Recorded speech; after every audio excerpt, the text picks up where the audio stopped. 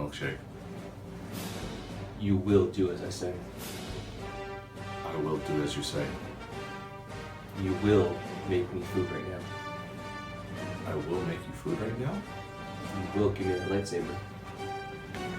I will give you this lightsaber. Shoryuflicks! What's up, guys? Thanks for watching this episode of Shoryuflicks. My name is Maersky. This is my boy, Will. We are doing a special Shoryuflicks Star Wars Force Awakens countdown. We're going to be bringing it back to Star Wars 1 through 6, leading up to The Force Awakens, which comes out on December 18th. We're going to have to start this one off with The Phantom Menace. I'm going to give you 5 reasons why you should watch The Phantom Menace. Number 1, Darth Maul is so effing cool. I mean, I wish they would have gave him a little bit more backstory in the movie itself. Now, they did a good job in the Clone Wars anime series, kind of talk about him a little more and his brother and all this other stuff, but let's be real. Him in The Phantom Menace is probably the best part of the entire movie, because 1, he is a cool-ass Sith Lord, and 2, double-edged lightsaber. Can't beat it. Well, he did lose, but that's not the point. That's the coolest lightsaber ever invented. None of this single lightsaber stuff. We need 2 blades.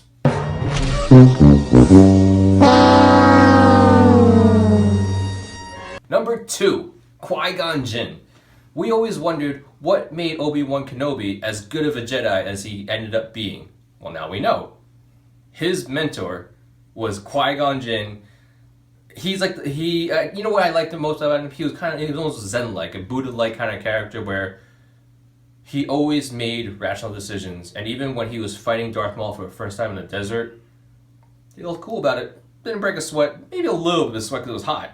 But the action sequence for, at the time, I guess he was probably around like 50 years old when he filmed this. But Liam Neeson did a good job actually keeping up with the battle sequences of this entire movie. Even when Obi-Wan Kenobi and Qui-Gon Jinn were fighting Darth Maul, one of the best lightsaber sequences I've seen in all the movies. Number 3, the N1 Starfighters. It is such a cool fighter pilot driven plane. I don't know how I laced that together, but I did. Yes! It was a good variation to what we've seen. You had your X-Wings, you had your A-Wings, you had your Y-Wings, but the N1 Starfighters were so freaking cool because the dual engines with the cannons on the front, the cockpit being so futuristic. Awesome stuff. Although it kind of looked like a banana. Number 4, we got to see how Darth Sidious planted the seeds in what eventually became his master plan.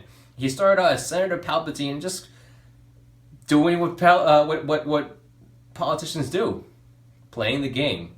And he played in such a way where none of the Jedi Masters or Jedi Knights could detect what he was doing. So seeing Darth Sidious and basically his inception was actually pretty cool to see, and the casting was done really well because you knew he was going to become Darth Sidious when he was Senator Palpatine. You kind of could see the makeup, you already saw the dark hood over him, you could picture it over him already, even though he was still wearing the traditional garments of a politician in the Star Wars world. Number 5, we got to see how Padme and Anakin first started out in their relationship. Now, it is a little weird, just a little bit, that Padme ended up falling in love with someone that was a kid when she first met him. But I really think that Anakin used some Jedi mind tricks to make it work. Just saying. But anyway, getting back to it, seeing Padme interact with Anakin was kind of cool to see. The fact that Anakin was so young, so full of potential, and very innocent, and Padme being more of almost like an older sister kind of role, or looks like a role model kind of role, was actually kind of cool to see. I think that George Lucas has kind of this fascination of brother-sister kind of deal that ends up being more, or not being more, because they're not really supposed to be. And you kind of can see that in the Anakin and Padme dynamics. It's just cool to see, because you know what's going to happen. You know Padme is not going to make it through. You know that she's going to die. Anakin's going to turn to the dark side. He's going to become Darth Vader. But it's cool to see that when it first started, it was so pure. It was so innocent. Padme was looking out after him. Anakin saw her as someone that was on a pedestal.